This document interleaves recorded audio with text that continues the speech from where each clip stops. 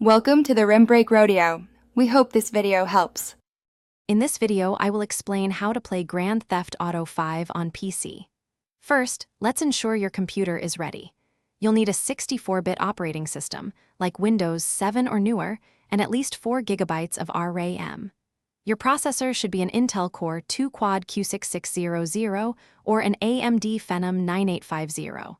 Also, make sure you have a graphics card, like an NVIDIA 9800 GT or an AMD HD 4870 with 1 GB of RAM. Finally, 72 GB of free hard drive space is a must. Once you've confirmed your system meets the requirements, it's time to acquire the game. You can purchase Grand Theft Auto V from popular digital platforms such as Steam, the Epic Games Store, or directly from the Rockstar Games launcher. After purchase, download the game client.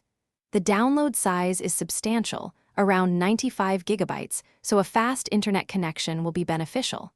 Once downloaded, simply follow the installation, wizard's instructions, to get the game onto your PC. With the game installed, you're ready to launch it. Open the Rockstar Games launcher or your chosen platform, then click Play Grand Theft Auto V. Before diving into Los Santos, take a moment to optimize your in-game settings. Navigate to the graphics menu to adjust resolution, texture quality, and anti-aliasing for the best balance between visuals and frame rate. You can also fine-tune your controls, whether you prefer keyboard and mouse or a gamepad, ensuring a comfortable and responsive experience. Now for the fun part, playing Grand Theft Auto V. Start with the compelling single-player campaign, following the intertwined stories of Michael, Franklin, and Trevor across the vast open world of Los Santos and Blaine County. When you're ready for more, jump into Grand Theft Auto Online.